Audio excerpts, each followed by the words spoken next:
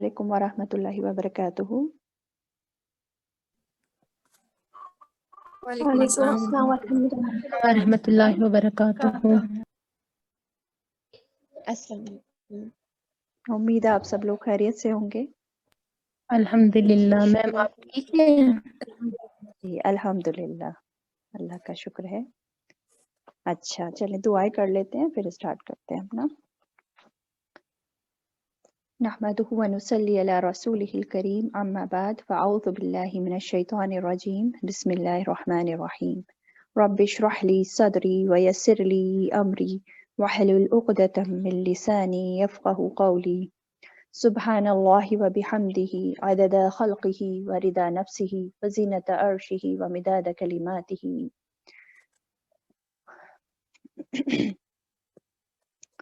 اللہم لک الحمد انت قیم السماوات والارض ومن فیہن، ولک الحمد لک ملک السماوات والارض ومن فیہن، ولک الحمد انت نور السماوات والارض ولک الحمد انت ملک السماوات والارض ولک الحمد انت الحق ووعدک الحق ولقاؤک الحق وقولک الحق والجنة حق والنار حق والنبیون حق ومحمد صلی اللہ علیہ وسلم حق والساعة حق۔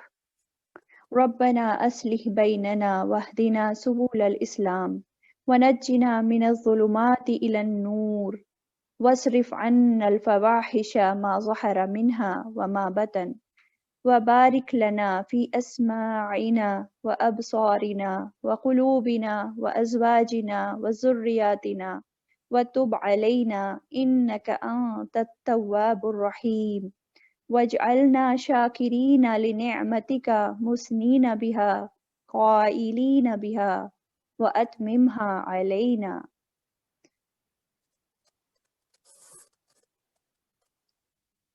رب زدني علما اللهم فقهنا في الدين اللهم إني أسألك علما نافعا وعملا متقبلا ورزقا طيبا۔ اللهم انفعنا بما علمتنا وعلمنا ما ينفعنا وزدنا علما۔ اللهم اجعل عملي كله صالحا واجعله لوجهك خالصا ولا تجعل لأحد فيه شيئا۔ ربنا رب ارحمهما كما ربياني صغيرا۔ ربي لا تذرني فردا وأنت خير الوارثين۔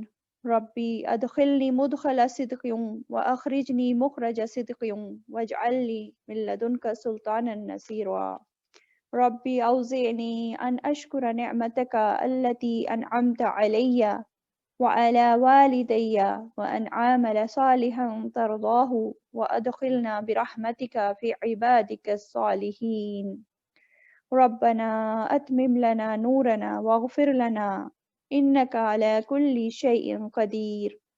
ربنا هب لنا من أزواجنا وذرياتنا قرة أعين واجعلنا للمتقين إماما۔ ربنا ظلمنا أنفسنا وإن لم تغفر لنا وترحمنا لنكونن من الخاسرين۔ ربنا اصرف عنا عذاب جهنم إن عذابها كان غراما إنها ساءت مستقرا ومقاما۔ ربنا لا تؤاخذنا إن نسينا أو أخطأنا ربنا ولا تحمل علينا إصرا كما حملته على الذين من قبلنا ربنا ولا تحملنا ما لا طاقة لنا به واعف عنا واغفر لنا وارحمنا أنت مولانا فانصرنا على القوم الكافرين۔ اللهم صل على محمد وعلى آل محمد كما صليت على إبراهيم وعلى آل إبراهيم إنك حميد مجيد۔ اللهم بارك على محمد وعلى آل محمد كما باركت على إبراهيم وعلى آل إبراهيم إنك حميد مجيد۔ آمین۔ آمین۔ اچھا لاسٹ پہلے حدیث پڑھ لیتے ہیں آج۔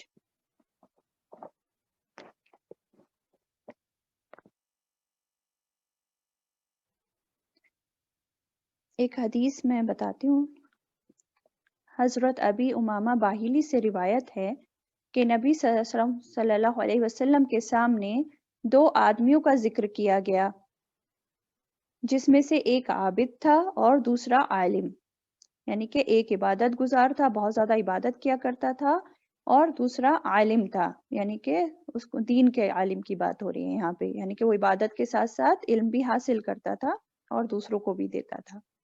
تو آپ سے پوچھا گیا کہ ان دونوں میں سے افضل کون ہے؟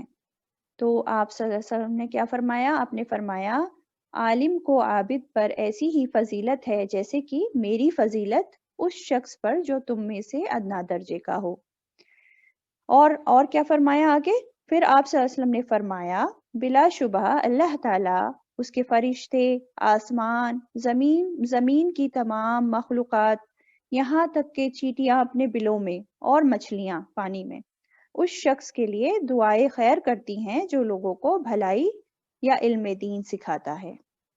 ٹھیک ہے، تو کیا سمجھ میں آیا اس حدیث سے کہ نبی صلی اللہ علیہ وسلم نے کس کی فضیلت زیادہ بتائی ہے، عابد کی یا عالم کی؟ عالم عابد کی، عالم کی، جی۔ وہ کس لیے؟ کیوں کیونکہ آپ عالم بالکل، کیونکہ عابد اگر مطلب ایک انسان کی مطلب اعمال ٹھیک ہے اپنی جگہ، وہ دوسروں تک نہیں پہنچائے گا، وہ مطلب وہ اتنا ہی مطلب خود کے لیے ہی ٹھیک ہے، لیکن عالم خود بھی حاصل کرے گا، دوسروں تک بھی پہنچائے گا۔ بالکل صحیح بتایا، عابد جو ہوتا ہے صرف ساری خیر اور بھلائی اپنے لیے سمیٹ رہا ہے نا، عبادت کر رہا ہے، لیکن عالم بھی کون سا عالم؟ خالی وہ عالم نہیں کہ بس علم حاصل کرا اور دوسروں کو پڑھانا شروع کر دیا، لیکن عالم وہ عبادت گزار بھی ہوتا ہے، اپنے فرض کام بھی پورے کرتا ہے، نماز، روزہ، زکوٰۃ، ساری چیزیں کرتا ہے، اور ساتھ میں جو علم اس نے حاصل کیا ہے وہ دوسروں کی بھی خیر اور بھلائی چاہتا ہے اس علم کے ذریعے، تو اس کی فضیلت آپ صلی اللہ علیہ وسلم نے زیادہ بتائی ہے کمپیئر ٹو ایک عابد کے، اور ساتھ میں یہ بھی بشارت دی ہے اس انسان کے لیے جو دوسروں کو بھی خیر اور بھلائی چاہتا ہے، ان کو بھی علم سکھاتا ہے، کہ ہر چیز اس کے لیے دعا کرتی ہے، اللہ تعالیٰ خود، فرشتے، آسمان زمین کی ساری مخلوقات، چیٹیاں، مچھلیاں، سب دعائیں مغفرت اس کے لیے کرتی ہیں۔ تو یہ جو کام ہے یہ چھوٹا موٹا کام نہیں ہے، الحمدللہ آپ جو سیکھ رہے ہیں، جس مجلس میں اس وقت آپ بیٹھے ہیں، جو بھی حاصل کریں گے علم، اس کو غور سے سنیں، اس کو اپلائی کریں اپنے اوپر بھی، اور اس خیر کو آگے بھی پہنچائیں، تو انشاءاللہ ہم سب لوگ اس درجے میں آ سکتے ہیں انشاءاللہ۔ ٹھیک ہے، تو جو بھی سیکھیں، ٹائم جو لگا رہے ہیں اس کو غور سے سنیں، غور سے اس کو پھر سیکھیں، اس کو اپنے دل کے اندر اتارنے کی کوشش کریں، جو بھی چیز ہم یہاں سن رہے ہیں بیٹھ کر، بس ایسے ہی ٹائم ویسٹ کر کے نہ چلے جایا کریں۔ ٹھیک ہے، چلیں، اچھا ٹھیک ہے، پھر ہم نے لاسٹ، اب قرآن پہ آ جاتے ہیں اپنے لاسٹ ٹائم ہم نے آیت نمبر 159 تک دیکھا تھا۔ اچھا، تو تھوڑا سا ریویو میں آپ لوگوں کے لیے دیکھ لیتے ہیں کیا کیا تھا ہم لوگوں نے۔ تو پہلے تو ہم نے آیت نمبر 154، اچھا، اعوذ باللہ من الشیطان الرجیم، بسم اللہ الرحمن الرحیم۔ آیت نمبر 154 میں ہم نے دیکھا تھا شہیدوں کے بارے میں، جو اللہ تعالیٰ کے راستے میں شہید ہو جاتے ہیں، مارے جاتے ہیں، ان کو مردہ نہیں کہنا چاہیے بلکہ وہ زندہ ہیں، اور اس کے لیے ہم نے دیکھا تھا کہ کس طرح ان کو پرندوں کی شکل میں ان کی روحیں چلی جاتی ہیں، اور جنت میں ان کو کھانے پینے کے لیے بول دیا جاتا ہے، اور وہ اللہ کے عرش کے نیچے قندیلوں میں رہتی ہیں۔ اور پھر نیکسٹ آیت میں ہم نے دیکھا تھا اللہ تعالیٰ نے ہمیں خبر دے دی ہے کہ دنیا میں آئے ہو تو آزمائے ضرور جاؤ گے، وَلَنَبْلُوَنَّكُمْ بِشَيْءٍ مِّنَ الْخَوْفِ وَالْجُوعِ، اور 5 چیزیں بتا دی گئیں جو مصائب خمسہ ہیں، اور کیا کیا ہیں وہ چیزیں؟ خوف ہے، بھوک ہے، کمی ہے مالوں میں یعنی کہ بیماری یا موت، انفس یعنی کہ نفس میں کمی، بیماری یا موت کی فارم میں، پھر مالوں میں کمی، پھر پھلوں میں کمی یعنی کہ رزق میں کمی، اولاد کی بیماری، یہ ساری چیزیں، اور یہ ساری چیزیں آئیں گی، ان سے آزمائش ضرور ہونی ہے، لیکن خوشخبری بھی ہے ساتھ میں کہ خوشخبری دے دیجیے صبر کرنے والوں کو کہ ان کے لیے دنیا میں بھی اچھا بدلہ ہوگا اور آخرت میں بھی ان کو جنت کا بدلہ ملے گا۔ اور پھر آگے آیت نمبر 156 میں ہم نے دیکھا تھا کہ صبر کرنے والے کون لوگ ہوتے ہیں، ان کی خاصیت بتا دی گئی کہ جب بھی کوئی مصیبت ان پر آتی ہے تو کیا کہتے ہیں؟ اِنَّا لِلَّهِ وَإِنَّا إِلَيْهِ رَاجِعُونَ۔ اس کا مطلب ہم سب کو سمجھ میں آ گیا تھا کہ کیا ہوتا ہے کہ جب ساری چیزیں اللہ تعالیٰ نے کریٹ کی ہیں، سب کچھ اسی کی ہے، ہمارے پاس جو بھی ہے تھوڑے وقت کے لیے ہے، وہ امانت ہے ہم پر. اگر اللہ تعالیٰ اسے لے لے تو اللہ ہی کی چیز ہے، اس پہ ناراض نہیں ہونا چاہیے، نیگیٹو ریئیکشن نہیں دینے چاہیے اور صبر کرنا چاہیے اور یہی کہنا چاہیے کہ اللہ کی چیز تھی، اللہ نے لے لی اور ہم بھی اللہ کے اور ہمیں بھی اللہ ہی کی طرف لوٹ کے جانا ہے، سب کچھ اسی کا ہے، تو پھر ناراضگی کس بات کی ہے نا. پھر اگلی آیت میں ہم نے دیکھا تھا اولئک علیہم صلوات من ربہم ورحمہ، مطلب فائدے دیکھے تھے کہ جو لوگ صبر کرتے ہیں ان کے لیے کیا کیا اللہ تعالیٰ نے فضل و کرم رکھا ہے. دنیا میں بھی اللہ تعالیٰ ان کے لیے ان کے لیے جو ہے رحمتیں بھیجتا ہے، اپنی محفلوں میں ان کی تعریف کرتا ہے، فرشتوں کی محفلوں میں، اور اولئک هم المہتدون، اور وہی لوگ ہدایت یافتہ ہوتے ہیں.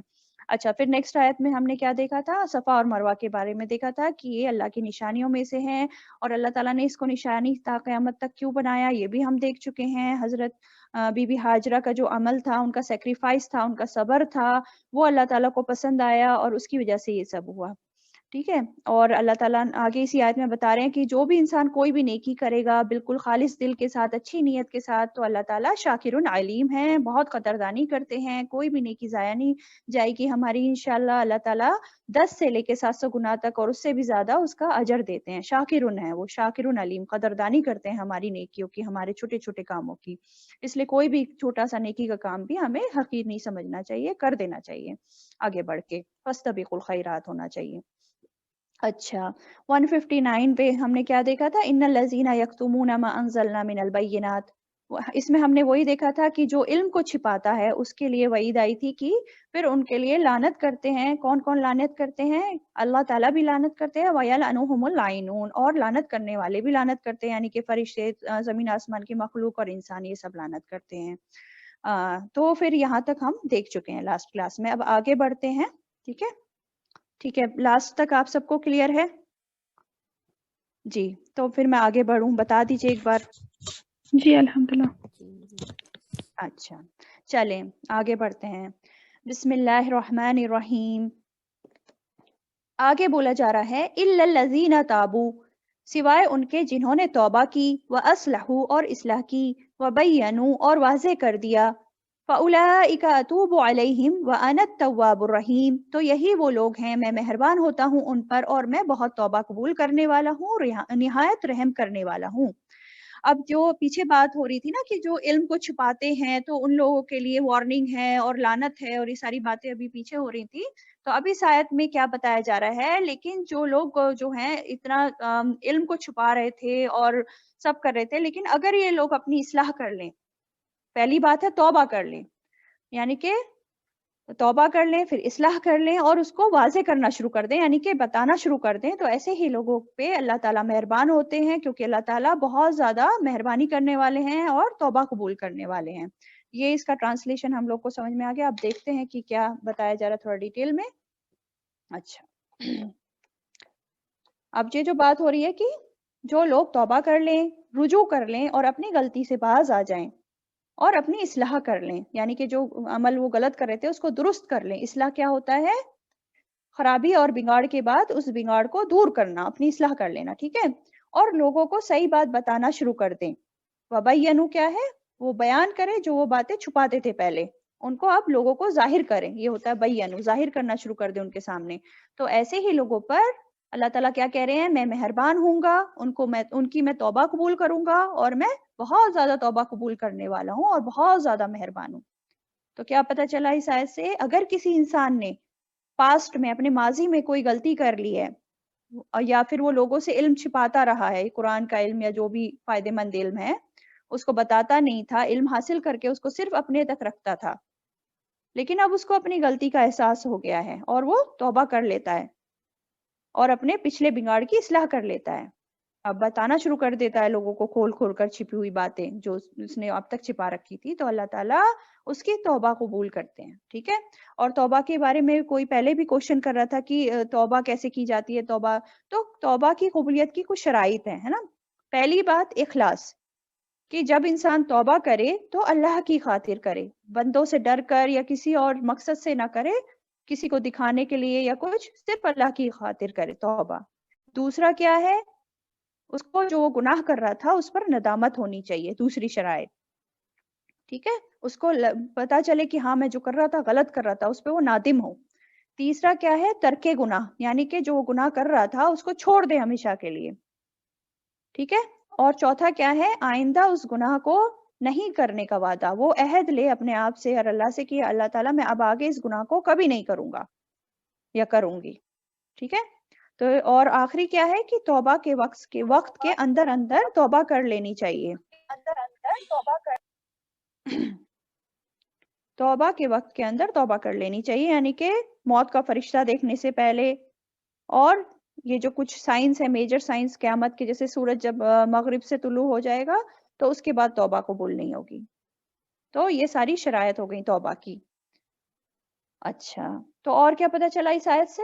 ایک تو یہی پتہ چلا کہ جو توبہ کر لیتا ہے اللہ تعالیٰ اس کی توبہ قبول کرتا ہے، اس کو معاف کر دیتا ہے. اور یہ بھی پتہ چل رہا ہے کہ علم کی عظمت پتہ چل رہی ہے اسے، کہ اس کو سیکھنا سکھانا یہ بہت زیادہ فضیلت والا کام ہے. تو ابھی جیسے حدیث میں بھی ہم نے دیکھا، اسی سے ریلیٹڈ حدیث تھی، تو ہمیں بھی یہ جو علم سیکھ رہے ہیں یا کہیں سے بھی جو علم سیکھ رہے ہیں صحیح علم، اس سے خود بھی فائدہ اٹھانا چاہیے اور دوسروں کو بھی خیر اور بھلائی پہنچانی چاہیے، دوسروں کو بھی کے بھی فائدے کا بننا چاہیے، ٹھیک ہے. اچھا چلیں نیکسٹ آیت دیکھ لیتے ہیں. اب کیا بولا جا رہا ہے؟ ان الذین کفروا وماتوا، بے شک وہ جنہوں نے کفر کیا اور وہ مر گئے، وہم کفارن، اس حال میں کہ وہ کافر تھے، اولئک علیہم، یہی وہ لوگ ہیں، ان پر ہیں کیا ہے؟ لعنت اللہ، لعنت اللہ کی، وملائکتہ، اور فرشتوں کی، والناسی، اور لوگوں کی، اجمعین، سب کے سب کی. اب پیچھے بھی بتایا کہ کن لوگوں پر لعنت ہے، وہ تو بتایا علم کے چھپانے والوں پر. اب اس آیت میں کچھ اور بھی بتایا جا رہا ہے جن پر لعنت ہوتی ہے نا. کچھ اور لوگوں کا ذکر ہے یہاں پہ. وہ لوگ جو کفر کریں اور کفر پر ہی مر جائیں، تو جو کفر پر مرتے ہیں ان پر بھی لعنت ہوتی ہے.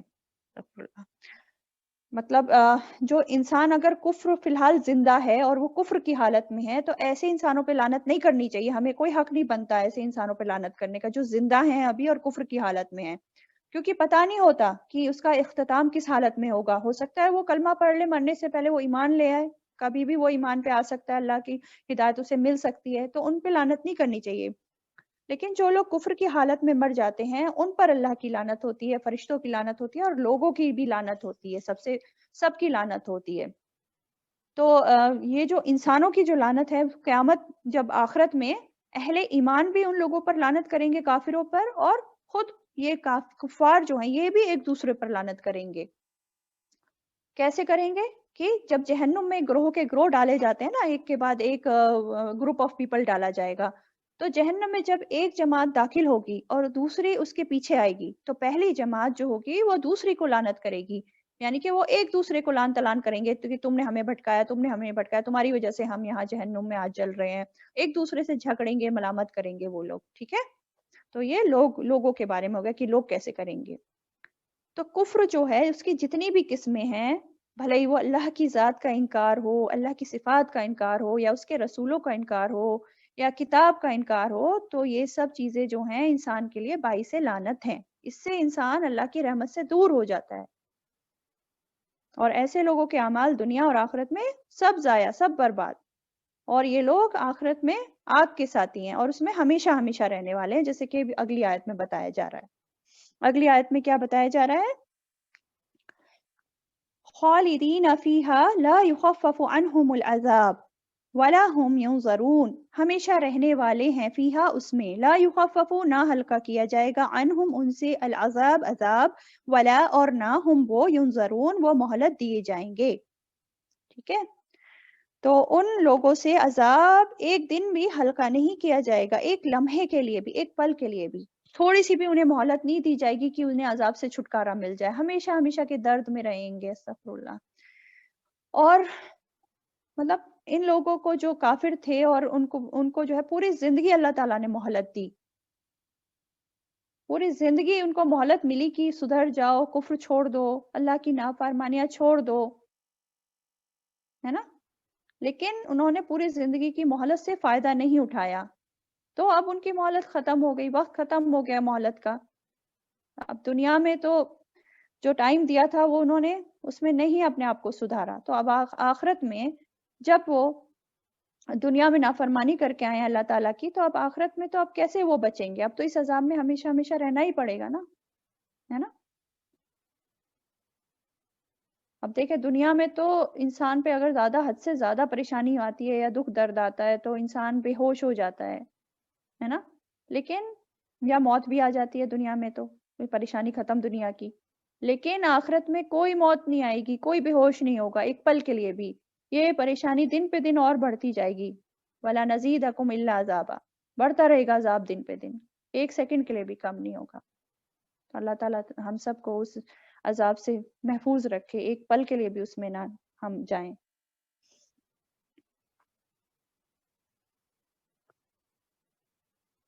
آگے کیا بولا جا رہا ہے؟ وَإِلَٰهُكُمْ إِلَٰهٌ وَاحِدٌ، اور الہ تمہارا الہ ہے ایک ہی. یہ آیت نمبر 163 ہم دیکھ رہے ہیں.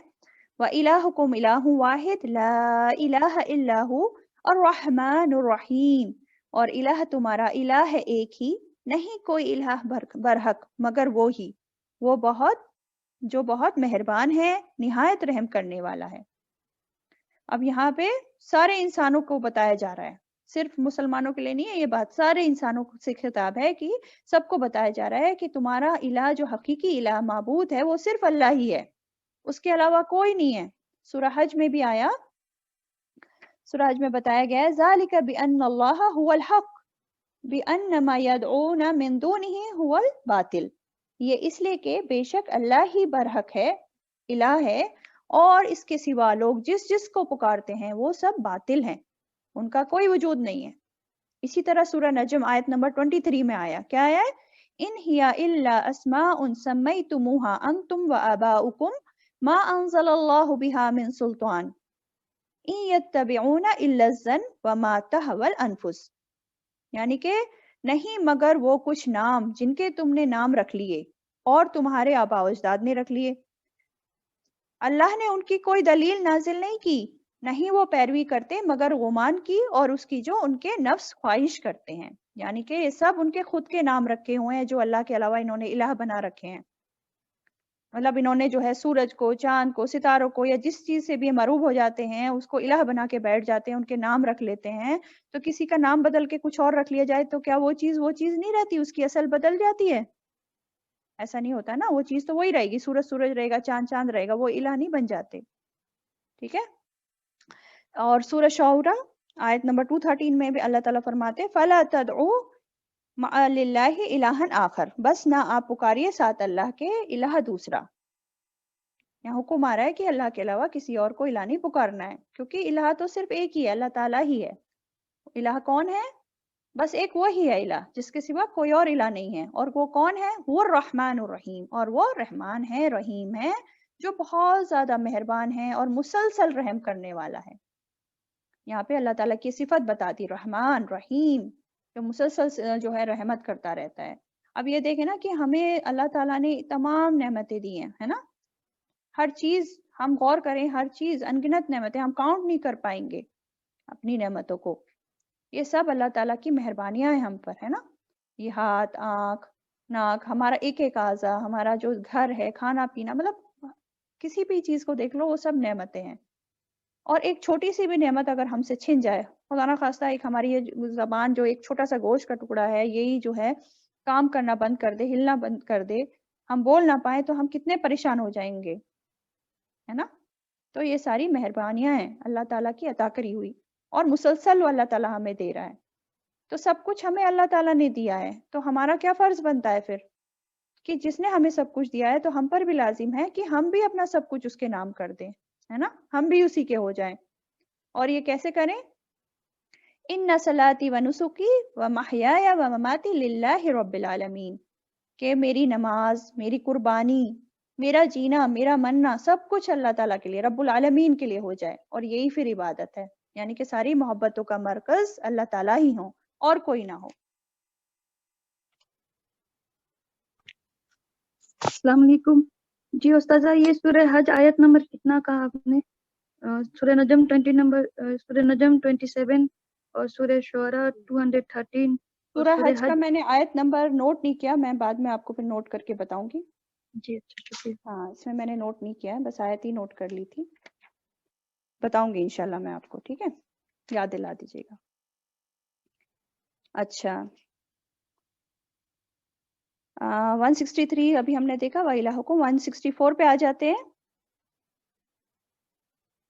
إِنَّ فِي خَلْقِ السَّمَاوَاتِ وَالْأَرْضِ وَاخْتِلَافِ اللَّيْلِ وَالنَّهَارِ، بے شک پیدا کرنے میں آسمانوں کے اور زمین کے اور اختلاف میں رات اور دن کے، وَالْفُلْكِ الَّتِي تَجْرِي فِي الْبَحْرِ، اور کشتیوں میں وہ جو چلتی ہیں سمندر میں، بِمَا يَنْفَعُ النَّاسَ، ساتھ اس کے جو نفع دیتا ہے لوگوں کو، وَمَا أَنزَلَ اللَّهُ مِنَ السَّمَاءِ، اور اس میں سے جو نازل کیا اللہ نے آسمان سے، مِن مَاءٍ، پانی میں سے، فَأَحْيَا بِهِ الْأَرْضَ بَعْدَ مَوْتِهَا، پھر اس نے زندہ کیا ساتھ اس کے زمین کو بعد اس کی موت کے، وَبَثَّ فِيهَا مِن كُلِّ دَابَّةٍ، اور اس نے پھیلا دی اس میں ہر قسم کی جاندار مخلوق، وَتَصْرِيفِ الرِّيَاحِ، اور پھیرنے میں ہواؤں کے، وَالسَّحَابِ، اور بادلوں میں، المسخر بین السماء والارض، جو مسخر کیے گئے ہیں درمیان آسمان اور زمین کے، لآیات لقوم یعقلون، یقیناً نشانیاں ہیں ان لوگوں کے لیے جو عقل رکھتے ہیں. اب دیکھیں ابھی بات ہو رہی تھی ایک الہ کی، اب ایک الہ کی بات جو ہو رہی ہے، اب الہ کو پہچانا کیسے جائیں، ساری نشانیاں جو آگے اس آیت میں بتائی گئی ہیں اس میں غور و فکر کر کے. تو ہماری پوری کائنات میں ہمارے چاروں طرف اللہ کا تعارف ہے، ساری نشانیاں ہیں جو اللہ کا تعارف کراتی ہیں، اس کی قدرت کی نشانیاں ہمیں دکھتی ہیں چاروں طرف. تو ضرورت ہے اس میں غور و فکر کریں. اب کیا کیا نشانیاں بتائی گئی ایک ایک کر کے ہم دیکھتے ہیں. اس میں پہلی بات، اِنَّ فِي خَلْقِ السَّمَاوَاتِ وَالْأَرْضِ، آسمانوں اور زمین کی پیدائش میں. اب دیکھیں نا کتنا بڑا آسمان، اور ایک آسمان نہیں 7 آسمان جس تک تو انسان پہنچ بھی نہیں پاتے ہیں، اور زمین، اور پتہ نہیں یہ تو ایک پلانٹ ہے اور کتنے پلانٹ، اور جو بھی کچھ ان چیزوں کے درمیان ہیں، ہم تو انسان کچھ بھی نہیں ہے ان چیزوں کے سامنے. تو یہ کتنی بڑی نشانی ہے اگر انسان ایک ہی چیز میں غور کر لے ذرا. پھر اسی طرح واختلاف اللیل والنہار، رات اور دن کے اختلاف میں. اب اختلاف کیسے ہوتا ہے رات اور دن کا؟ رات آتی ہے تو دن چلا جاتا ہے، اور دن آتا ہے رات چلی جاتی ہے، تو اختلاف ہو رہا ہے نا. دوسرا کیسے ہو سکتا ہے کہ کبھی تو سال میں کبھی دن لمبے ہوتے ہیں تو رات چھوٹی ہوتی ہے، کبھی رات لمبی ہو جاتی ہے تو دن چھوٹے ہوتے ہیں نا. کوئی بھی سیم نہیں ہوتے دن، اختلاف ہوتا ہے ہمیشہ رات اور دن کے درمیان. اور کبھی خوشی والے دن ہوتے ہیں تو کبھی غم والے دن ہوتے ہیں، مطلب مسلسل ایک چینج ہوتا جا رہا ہے. تو یہ جو تبدیلیاں ہیں یہی اختلاف ہے، اور یہی زندگی کا بیسس ہے اختلاف. اگر مونوٹونس ہر چیز ہو جاتی تو پھر صحیح نہیں رہتا. اچھا، اور آگے کیا کہا جا رہا ہے؟ وَالْفُلْكِ الَّتِي تَجْرِي فِي الْبَحْرِ، اور کشتیوں میں جو سمندر میں چلتی ہیں. اب کشتیاں جو ہیں سمندر میں چلتی ہیں، یہ بھی اللہ تعالیٰ کی بہت بڑی نشانی ہے. دیکھیں کتنا بڑا سمندر، کتنا زیادہ پانی ہوتا ہے، اور اس پر کشتی کس طرح تیر رہی ہوتی ہے. صرف اللہ ہی تو تیراتا ہے وہ ان کشتیوں کو. اور پھر یہ کتنا فائدے کی ہیں انسانوں کے لیے کہ سامان تجارت جو ہوتا ہے، اب اس میں آ رہا ہے نا بما ينفع الناس، ساتھ اس کے جو نفع دیتا ہے لوگوں کو. یعنی کہ تجارت کا سامان ہم دیکھتے ہیں نا آج بھی کتنا امپورٹ ایکسپورٹ سب شپس کے تھرو سب سے میجر لیول پہ ہوتا ہے، اور انسان کی سواری کا ذریعہ بھی ہیں یہ کشتیاں. جو یہ سب اللہ تعالیٰ کی نشانیاں ہیں، اس میں ہم غور و فکر کریں دیکھیں. اچھا آگے کیا بولا جا رہا ہے؟ وَمَا أَنزَلَ اللَّهُ مِنَ السَّمَاءِ مِن مَّاءٍ، اور جو آسمان سے اللہ تعالیٰ پانی اتارتے ہیں، اسپیشلی بارش کی فارم میں، ہے نا. اور پھر کیا ہوتا ہے اس کے ذریعے؟ جو زمین خشک پڑی ہوتی ہے وہ سرسبز ہو جاتی ہے، نباتات اگاتے ہیں اس میں سے جب بارش کا پانی زمین پہ پڑتا ہے. تو یہاں پہ کیا بولا جا رہا ہے کہ وہ مردہ تھی اور وہ سرسبز ہو گئی، یعنی کہ زندہ ہو گئی. یعنی کہ خشکی جو ہے وہ موت ہے، اور اس کا گرین ہو جانا وہ زندگی ہے. وہ بارش کی وجہ سے اللہ تعالیٰ جو ہے اس کو زندہ کر دیتے ہیں. تو اس میں بھی نشانی ہے. اب آگے قرآن مجید میں آپ جگہ جگہ پڑھیں گے، بارش کی مثال تو بہت جگہ ہے زمین کی اور بارش کی، کہ کس طرح سوکھی زمین، بنجر زمین، مردہ زمین ہوتی ہے، اور کس طرح بارش کے ہونے سے وہ زندہ ہو اٹھتی ہے. اسی طرح انسان ابھی جب مر جائے گا تو مرنے کے بعد قیامت کے روز پھر سے اللہ تعالیٰ اس کو زندہ کر دیں گے. اور حدیث کے مفہوم سے ہمیں پتہ بھی چلتا ہے کہ ایک بارش ایسی ہوگی کہ پھر قبروں سے اس بارش جب پڑے گی تو وہ لوگ پھر سے گرو ہو جائیں گے، لوگ اپنی اپنی قبروں سے اٹھ پڑیں گے اس بارش کے بعد. اچھا، اور کیا ہے؟ اور اس میں ہر قسم کے جاندار پھیلا دیے، دابتن، ہر طرح کے جاندار. ہم دیکھتے ہیں نا کتنی مخلوق ہے دنیا میں، اڑنے والی، چڑھنے والی، کرال کرنے والی، سمندر میں تیرنے والی. تو ہر طرح کی مخلوق اس نے پھر پھیلا دی اس زمین میں. اور اتنی مخلوق ہے کہ ڈیلی ڈیلی نئی نئی ڈسکوریز ہوتی رہتی ہیں. اب تک پوری طرح انسان ڈسکور نہیں کر پایا ہے. روز نئی نئی اسپیشیز کا پتہ چلتا رہتا ہے. سب اس کا علم کس کو ہے؟ صرف اللہ تعالیٰ کو. انسان کو ابھی بھی نہیں ہے, انسان کو ہو بھی نہیں سکتا علم. اچھا پھر آگے کون سی نشانی کا ذکر ہے؟ وتصریف الریاح, اور پھیرنے میں ہواؤں کے, یعنی کہ جو ہوا چلتی ہیں اور ہم دیکھتے ہیں کہ ہوا ویسے تو دکھتی نہیں ہے نا, لیکن محسوس کرتے ہیں, اور اس میں کتنی پاور ہوتی ہے ہوا میں بھی, اور اللہ کے حکم سے وہ چلتی ہیں, کبھی ایک ڈائریکشن میں کبھی دوسری ڈائریکشن میں, پل بھر میں ان کا رخ چینج ہو جاتا ہے. تو یہ سب نشانیاں ہیں اللہ کی طاقت کی, قوت کی. اور یہی ہوائیں ہیں, کبھی رحمت والی ہوتی ہیں اور کبھی عذاب بھی لے کے آتی ہیں, جیسے پرانی قوموں پر عذاب لے کے آئی تھی یہ ہوائیں. تو یہ سب نشانیاں ہیں. اچھا آگے کیا نشانی کا ذکر ہے؟ وَالسَّحَابِ الْمُسَخَّرِ بَيْنَ السَّمَاءِ, اور بادلوں میں جو مسخر کیے گئے ہیں درمیان آسمان اور زمین کے. اب بادلوں کو ہی دیکھ لینا, بادل کس طرح ہیں, بھاری بھی ہوتے ہیں جب ان میں پانی زیادہ ہوتا ہے, اور کبھی زمین پہ گرتے نہیں ہیں اس طرح سے کہ پورا کے پورا بادل گر جائے. ایکسیپشنز ہوتے ہیں بس, جب بادل پھٹ جاتے ہیں وہ بھی اللہ کی مرضی سے ہوتا ہے, اور نہ ہی اتنے اوپر چلے جاتے ہیں کہ پھر برسے ہی نہ. کبھی ڈیفرنٹ کلر کے ہوتے ہیں, کبھی ڈیفرنٹ کلر کے ہوتے ہیں, کبھی برس جاتے ہیں کبھی نہیں برستے ہیں. تو کون کر رہا ہے یہ ساری چیزیں؟ کون برسا رہا ہے انہیں؟ کون اڑا کے لے جا رہا ہے ادھر سے ادھر؟ ہوا تو لے جا رہی ہے, لیکن کس کے حکم سے لے جا رہی ہے؟ سب اللہ تعالیٰ ہے نا. تو ان سب نشانیوں کو ہم دیکھیں, انہیں غور کریں. اس میں ہمیں کیا پتا چلے گا؟ اللہ کی قدرت پتا چلے گی, اللہ کا رحم پتا چلے گا, اس کی رحمت پتا چلے گی. غور تو کر کے دیکھیں ہم ذرا, اس کی حکمت, ہر چیز, اس کا علم, اس کی بادشاہت کس طرح چائی ہوئی ہے سب جگہ, اس کی قوت, اس کی عظمت ہمیں سمجھ آئے گی. اور جب ہم غور کریں گے ان سب نشانیوں میں تو ہمیں اللہ کی پہچان ہوگی, معرفت حاصل ہوگی کہ وہی صرف الہ ہے, وہی صرف محبت اور تعظیم اور عبادت کے لائق ہے, اس کے علاوہ کوئی اور نہیں ہے اور نہ ہی ہو سکتا. تو جس اللہ تعالیٰ نے اتنا سب کچھ بنایا اور حکمت کے ساتھ ہر چیز بنائی ہے, تو انسان اس کو کیوں نہیں پہچانتا بھلا؟ کیوں اس کی تسبیح نہیں کرتا؟ کیوں اس کی تعریف نہیں کرتا؟ کیوں اس کی عبادت میں نہیں آتا؟ کیوں غفلت میں پڑا رہتا ہے انسان؟ تو آگے بتا دیا گیا کہ ان سب نشانیوں کو دیکھ کر کون اللہ کی معرفت حاصل کرتے ہیں؟ وہ ہیں صرف عقل والے لوگ جو اپنی عقل استعمال کرتے ہیں. کیا ہے؟ لآیات لقوم یعقلون, یقیناً نشانیاں ہیں ان لوگوں کے لیے جو عقل استعمال کرتے ہیں, جو عقل رکھتے ہیں. ٹھیک ہے, جو ان نشانیوں کو دیکھے گا اور اپنی عقل کی نظر سے دیکھے گا, وہی اللہ کی اصل معرفت پالے گا. عقل بھی دو طرح کی ہوتی ہے نا, ایک ہوتی ہے عقل ادراک اور ایک ہوتی ہے عقل رشد. اب عقل ادراک تو بہت لوگوں میں ہے, میکسیمم لوگ میں ہوتی ہے عقل ادراک. وہ کیا ہے کہ لوگ جو ہیں صرف چیزوں کی ظاہری پہلو کو دیکھتے ہیں کہ ہاں یہ بادل ہے, کیسے واٹر سائیکل بنی, کیسے پانی اوپر اٹھا, کیسے بادل بنا, کیسے یہ برسے گا, مطلب ظاہری پہلو ہوتا ہے ان کا. ان کو بس یہی سجاتی ہے کہ عقل, یہ والی عقل ادراک کہ یہ چیز ہو کیسے رہی ہے.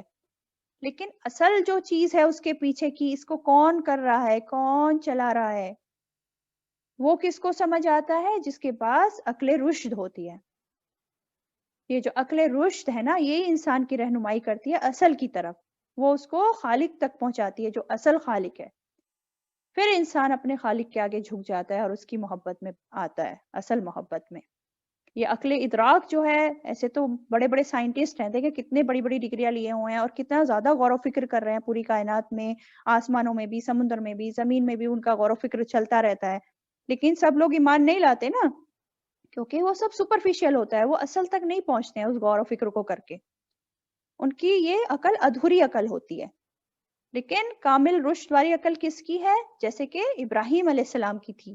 ہم آگے دیکھیں گے کہ ابراہیم علیہ السلام نے کیسے ایمان پایا تھا, غور و فکر کر کے کائنات میں, ہے نا. غور و فکر کیا انہوں نے کائنات میں, تو ان کو اللہ کی معرفت حاصل ہو گئی. انہوں نے کیا تھا کہ جب دیکھا انہوں نے کہ پہلے چاند کو دیکھا, سورج کو دیکھا, ستاروں کو دیکھا, لیکن ہر ایک کو دیکھا کہ یہ تو ڈوب جاتا ہے. پہلے تو کہا ہاں یہ سورج ہے, بہت بڑا ہے, یہ میرا الہ ہوگا. لیکن جب وہ ڈوب گیا تو بولے یہ نہیں ہو سکتا میرا الہ, یہ تو ڈوب جاتا ہے, میرا الہ تو ایسا نہیں ہو سکتا جو ڈوب جائے.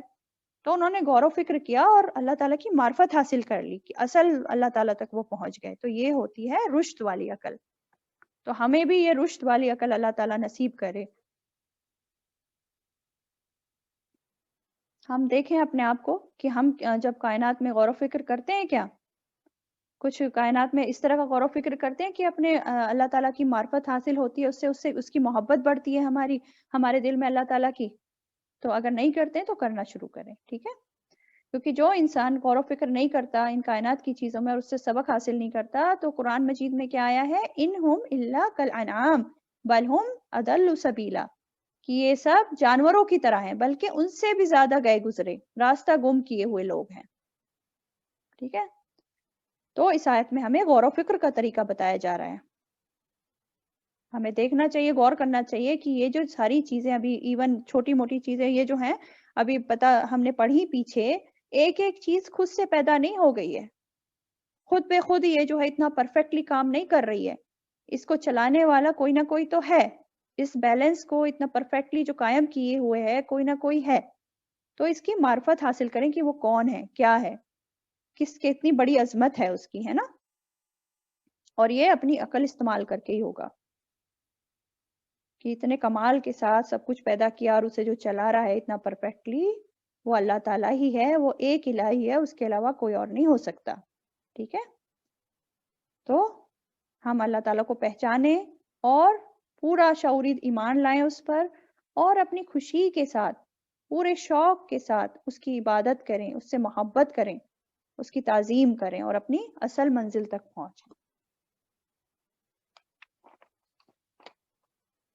اچھا، یہاں تک سب کلیئر ہے؟ پھر میں آگے بڑھوں.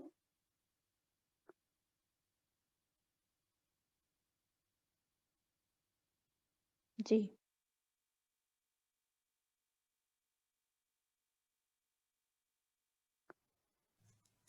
ٹھیک کلیئر ہے. اچھا، تو یہ اب آیت نمبر 165 پہ ہم لوگ آ جاتے ہیں. آیت نمبر 165، وَمِنَ النَّاسِ مَن يَتَّخِذُ مِن دُونِ اللَّهِ أَندَادًا، اور بعض لوگ ہیں جو بنا لیتے ہیں سوائے اللہ کے کئی شریک.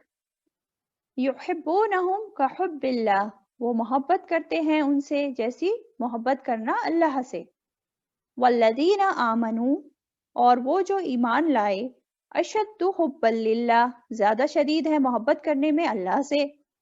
وَلَوْ يَرَى الَّذِينَ ظَلَمُوا، اور کاش دیکھ لے وہ جنہوں نے ظلم کیا، اِذْ يَرَوْنَ الْعَذَابَ، جب وہ دیکھیں گے عذاب کو، أَنَّ الْقُوَّةَ لِلَّهِ جَمِيعًا، بے شک قوت اللہ ہی کے لیے ہے ساری کی ساری. وَأَنَّ اللَّهَ، اور بے شک اللہ، شدید العذاب، سخت ہے عذاب دینے میں. آپ دیکھیں اتنی ساری نشانیاں ابھی کائنات میں پھیلی ہوئی ہیں، ہے نا؟ اتنے سارے واضح دلائل جو ہیں دیکھ رہا ہے انسان اپنے چاروں طرف، اور خود اپنی ذات میں بھی وہ دیکھ رہا ہے، روب ہو جاتا ہے، امپریس ہو جاتا ہے بہت زیادہ. کوئی چیز اس کو بہت زیادہ حیران کن لگتی ہے تو وہ اس کی محبت میں پڑ جاتا ہے نا؟ تو یہ سارے ریزنز ہوتے ہیں محبت کرنے کے. لیکن آپ دیکھیں کہ دنیا کی کوئی بھی چیز لے لو، انسان کی محبت اس کے لیے پرماننٹ نہیں رہتی. وقت کے ساتھ، موسم کے ساتھ، اس کے موڈ کے ساتھ یہ محبتیں بدلتی رہتی ہیں، کم زیادہ بھی ہوتی رہتی ہیں. لیکن اللہ تعالیٰ کی محبت کیسی ہوتی ہے؟ جس کو سچی محبت ہوتی ہے اللہ تعالیٰ سے، وہ نہیں بدلتی موسموں کے ساتھ، موڈ کے ساتھ، وہ ہر حال میں قائم رہتی ہے. یہ اشد الحب للہ ہے، یعنی کہ ہر حال میں قائم رہتی ہے نا؟ دن اچھے ہوں یا برے ہوں، محبت ہمیشہ برقرار رہتی ہے اللہ تعالیٰ سے. یہ نہیں ہوتا کہ اچھے دن چل رہے ہیں تو ہاں اللہ تعالیٰ کو کہیں ہاں اللہ تعالیٰ بہت اچھے ہیں، آپ نے مجھے یہ دیا وہ دیا، لیکن مان لو تکلیف آ گئی خدا نخواستہ تو فوراً ہی ہم اللہ تعالیٰ سے ناراض ہو کے بیٹھ گئے، اللہ کے خلاف باتیں کرنی شروع کر دی اور تنگ دلی شروع ہو گئی ہمارے دلوں میں اللہ کے خلاف. ایسے نہیں ہوتے مسلمان، ٹھیک ہے؟ تو ہر حال میں اللہ سے محبت، اشد حب للہ. اور دوسرا میننگ کیا ہے اشد حب للہ؟ کیونکہ یہ جو ہے کمپیریزن ہے نا، سب سے زیادہ محبت کرنا، سپرلیٹو، سب سے زیادہ بڑھ کر. تو دوسرا مطلب یہ ہے کہ جس طرح یہ دوسرے جو لوگ ہیں جو دوسرے لوگوں کو الہ بنا لیتے ہیں دوسری چیزوں کو، تو یہ جس طرح ان دوسرے الہوں سے محبت کرتے ہیں، جس لیول کی محبت وہ لوگ اپنے الہوں سے کرتے ہیں، اس سے بھی بڑھ کر محبت تو مسلمانوں کا جو لیول ہوتا ہے اپنے اللہ سے محبت کا، اس سے بھی بڑھ کر ہوتا ہے. ٹھیک ہے؟ تو سمجھ آ گیا؟ تو سب سے بڑھ کر سب سے بڑھ کر اللہ تعالیٰ سے محبت کرنے والے. تو 2 فارم ہو گئی, ایک ہو گیا ہر حال میں اور ایک ہو گیا سب سے بڑھ کر. ٹھیک ہے, تو ایمان والے لوگ اب یہ جو بات ہے نا کہ سب سے بڑھ کر محبت کرتے ہیں, تو اب ہم دیکھیں کیا ہم لوگ کیسے ہیں. ہم لوگ ایسے ہیں کہ ہماری محبتیں اللہ تعالیٰ سے سب سے زیادہ بڑھ کر ہیں, یا ہمارے دل میں کسی اور کی محبت سب سے زیادہ ہے. اگر ہم نے اللہ سے زیادہ بڑھ کر کسی اور کی محبت پال رکھی ہے دل میں, تو اس کا مطلب ہم نے اسی کو الہ بنایا ہوا ہے, وہی ہمارا الہ ہے. تو ٹٹولیں اپنے اندر دل کو کہ کہیں ہم نے تو کچھ اور شریک نہیں کر رکھے اپنی زندگی میں, کوئی اور الہ تو نہیں بنا رکھے. ہماری محبت اللہ تعالیٰ کے لیے سب سے بڑھ کر ہے یا کسی اور چیز کے لیے سب سے بڑھ کر ہے؟ اور اللہ تعالیٰ سے محبت ہماری کم زیادہ تو نہیں ہوتی. ایسا تو نہیں کہ کچھ خاص جگہ بیٹھ کر یا خاص لوگوں میں بیٹھ کر بس ہماری محبت ابھر آتی ہے اور اس کے بعد پھر ہم غافل ہو کے بیٹھ جاتے ہیں. دیکھیں اپنے آپ کو, میں بھی دیکھوں اور آپ لوگ بھی دیکھیں. ایسا نہیں ہونا چاہیے ہم مومنوں کے ساتھ. ٹھیک ہے, مومن ہر وقت اللہ سے کنیکشن رکھتا ہے اپنا, اٹھتے بیٹھتے سوتے جاگتے. صبح اٹھے گا تو سب سے پہلے اللہ کی یاد, اللہ کا ذکر اس کی زبان پر آئے گا, دل میں اللہ کی یاد ہوگی. رات کو سونے جا رہا ہوگا تو آخری کام مومن کا کیا ہوگا؟ اللہ کا ذکر, اللہ کی یاد, اللہ کا ہی نام زبان پہ آئے گا. یہ ہوتا ہے مومن کا رویہ, پرماننٹ کنیکشن ہوتا ہے اللہ تعالیٰ کے ساتھ. ٹھیک ہے, اب یہ جو بات آ رہی ہے کہ والذین آمنوا اشد حبا للہ, کہ اللہ تعالیٰ سے سب سے زیادہ محبت میں ہوتے ہیں, سب سے زیادہ محبت کرتے ہیں, تو کیا مسلمانوں کو کسی اور چیز سے محبت نہیں کرنی چاہیے؟ ایسا ہے کیا؟ جی بتائیں آپ لوگ. نہیں کرنی چاہیے, پر اعتدال ہونی چاہیے اس میں. جی بالکل صحیح. محبت کرنا بری چیز نہیں ہے, محبت تو انسان کا فطری ہے, انسان کے اندر رکھ دی ہے اللہ تعالیٰ نے. لیکن وہ محبتیں جو ہیں حدود میں رہنی چاہیے, ایک لمٹ میں رہنی چاہیے. اور سب سے بڑھ کر محبت صرف اللہ تعالیٰ کی ہونی چاہیے, باقی محبتیں اس کا لیول ان سے نیچے ہونا چاہیے. ٹاپ موسٹ پہ اللہ کی محبت ہونی چاہیے. ٹھیک ہے, اگر ضرورت پڑے تو اللہ کی خاطر جو ہے, اللہ کے دین کی خاطر باقی محبتیں چھوڑی جا سکتی ہیں, اور ایسا ہونا چاہیے کہ چھوڑ دیں ہم اگر ضرورت پڑ رہی ہے اللہ کی خاطر. تو یہ منع نہیں ہے کہ ہم اپنے بچوں سے, اپنے دوسرے دوستوں سے, یا مال سے, اپنے کام سے محبت کریں. یہ منع نہیں ہے محبت کرنا, محبت کریں لیکن لمٹ میں رہ کر محبت کریں. ٹھیک ہے, اللہ کی محبت سب سے بڑھ کر محبت ہو, دین کی محبت سب سے بڑھ کر ہو. خرابی کب ہوتی ہے؟ جب انسان کسی بھی چیز کی محبت کو اللہ سے بڑھ کر لیتا ہے, اللہ کے دین سے بڑھ کر لیتا ہے, اور اللہ تعالیٰ کو, اللہ کے حکموں کو اپنی پیٹھ کے پیچھے ڈال دیتا ہے. ٹھیک ہے, تو ایسا نہیں کرنا ہے ہمیں. اللہ سے ہی سب سے زیادہ محبت کرنی چاہیے. اور اللہ سے سب سے زیادہ محبت اور کیوں کرنی چاہیے, اور کیا ریزن ہے؟ کیونکہ اللہ ہی صرف ایک ایسی ذات ہے جو ہمیشہ باقی رہے گی. ہر چیز فانی ہے دنیا کی, ہر چیز, صرف اللہ فانی نہیں ہے, وہ ہمیشہ رہیں, ہمیشہ تھے, ہمیشہ رہیں گے, ہے نا. تو اسی لیے بھی اللہ تعالیٰ سے شدید ترین محبت ہونی چاہیے. اگر انسان دنیا کی چیزوں کی محبت میں پڑے گا تو کیا ہوتا ہے؟ اکثر دنیا کی چیزوں کی محبت میں پڑ جاتا ہے, تو اگر وہ لیول سے زیادہ ہوتی ہیں, کیونکہ آپ حرام اور دیکھیں حلال کا فرق بھول جاتا ہے. ہاں وہ بھی بھول جاتا ہے. اور دوسری چیز یہ ہے کہ جب وہ دین سے دور ہو جائیں گے. جی وہ چیزیں ان کو دین سے بھی دور کر دیتی ہیں. صحیح بول رہی ہیں. اور یہ بھی ہوتا ہے کہ ابھی میں نے بتایا نا, ہر چیز فانی ہے, ہر چیز کو ختم ہونا ہے ایک دن, ہے نا. اور جب ہر چیز فانی ہے, ہر چیز کو ختم ہونا ہے, تو جب وہ چیز اس سے چھوٹتی ہے, اس انسان سے, کیونکہ جانا تو ہے ہی, یہ چیزیں ہوں وہ بھی ختم ہو جاتی ہیں, انسان ہے وہ بھی ختم ہو جاتے ہیں. تو جب وہ چیزیں اس سے چھوٹتی ہیں تو پھر وہ انسان ٹوٹ کے رہ جاتا ہے نا, بہت غمگین ہو جاتا ہے, ڈپریشن میں بھی چلا جاتا ہے, یا پاگل بھی ہو جاتا ہے, یا بہت بیمار بھی رہنے لگتا ہے. تو یہ سب علامت ہوتی ہے حد سے زیادہ بڑھی ہوئی محبتوں کی. ایسا نہیں ہونا چاہیے انسان کو, اعتدال میں رکھ کے محبت کرنی چاہیے کسی بھی چیز سے دنیا کی.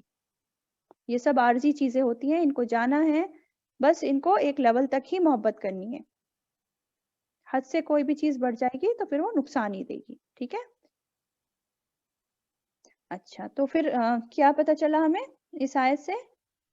کہ صرف اللہ تعالیٰ کی محبت شدید ترین محبت ہونی چاہیے. اور کائنات میں غور و فکر کر کے ہمیں یہ محبت کیسے حاصل ہوگی؟ ایک تو کائنات میں جو نشانیاں پھیلی ہوئی ہیں ان میں غور و فکر کریں, اس سے اللہ کی معرفت آئے گی, اللہ کی محبت بڑھے گی.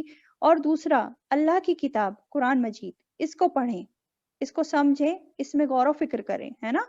تو جب ہم اس کو سمجھیں گے، اس کا غور و فکر کریں گے، اللہ کا کلام ہمیں پتہ چلے گا، تو اس سے بھی ہمیں اللہ کی معرفت آتی ہے، اللہ کو جانتے پہچانتے ہیں ہم، اور اللہ کی محبت بڑھ جاتی ہے، اور جب اللہ کی محبت بڑھے گی تو ہماری عبادتیں بھی انشاءاللہ اچھی ہوں گی، ہے نا؟ چلیں آگے کیا بولا جا رہا ہے اس آیت میں، ذرا دیکھ لیتے ہیں. وَلَوْ يَرَى الَّذِينَ ظَلَمُوا إِذْ يَرَوْنَ الْعَذَابَ، اور کاش دیکھ لیں وہ جنہوں نے ظلم کیا جب وہ دیکھیں گے عذاب کو.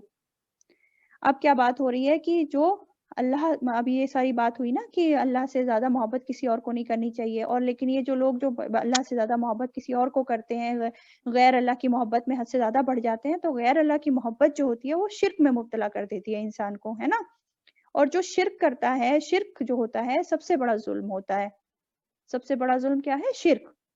اللہ کا حق مار لیا اس انسان نے، جو حق تھا اللہ کا سب سے زیادہ محبت کرنے کا، وہ ختم کر کے کسی اور کو دے دیا. تو جب یہ شرک کرنے والے، ظلم کرنے والے، یہ بولا جا رہا ہے نا وَلَوْ يَرَى الَّذِينَ ظَلَمُوا إِذْ يَرَوْنَ الْعَذَابَ، ان کو بولا جا رہا ہے کاش کے لوگ ابھی دیکھ لیں دنیا میں. یرا ویسے تو دیکھنے کو کہتے ہیں، لیکن یہاں سمجھنے کی بات آ رہی ہے کہ کاش یہ آج جب دنیا میں زندہ ہیں یہ ظلم کرنے والے، آج ہی ان کو سمجھ آ جائے یہ بات، اس دن کا، قیامت کے روز کا عذاب دیکھنے سے پہلے. اِذْ يَرَوْنَ الْعَذَابَ، مطلب اس دن تو دیکھیں گے یہ عذاب اگر دنیا میں نہیں سدھرے، تو یہ بات ان کو آج ہی سمجھ آ جائے، ایسا ہو جائے تو کتنا اچھا ہو کہ یہ سمجھ جائیں آج ہی دنیا میں، کہ قیامت کے دن کے عذاب کو دیکھنے سے پہلے دنیا میں ہی یہ سمجھ لیں، وہ حقیقت ان کو آج دنیا میں ہی سمجھ آ جائے کہ بے شک ساری قوت، سارا اختیار، سارا غلبہ سب کا سب اللہ ہی کے پاس ہے، کسی اور کے پاس نہیں ہے، وہی سب سے بڑا ہے. وَأَنَّ، یہ کیا ہے؟ ان القوت للہ جميعا، ساری کی ساری قوت صرف اللہ ہی کی ہے. اس دن تو انہیں سمجھ آ جائے گا قیامت کے روز جب وہ عذاب کو اپنے سامنے دیکھیں گے، لیکن پھر اس دن دیکھنے سے ان کا کیا فائدہ؟ اس دن تو کوئی فائدہ نہیں ہونے والا.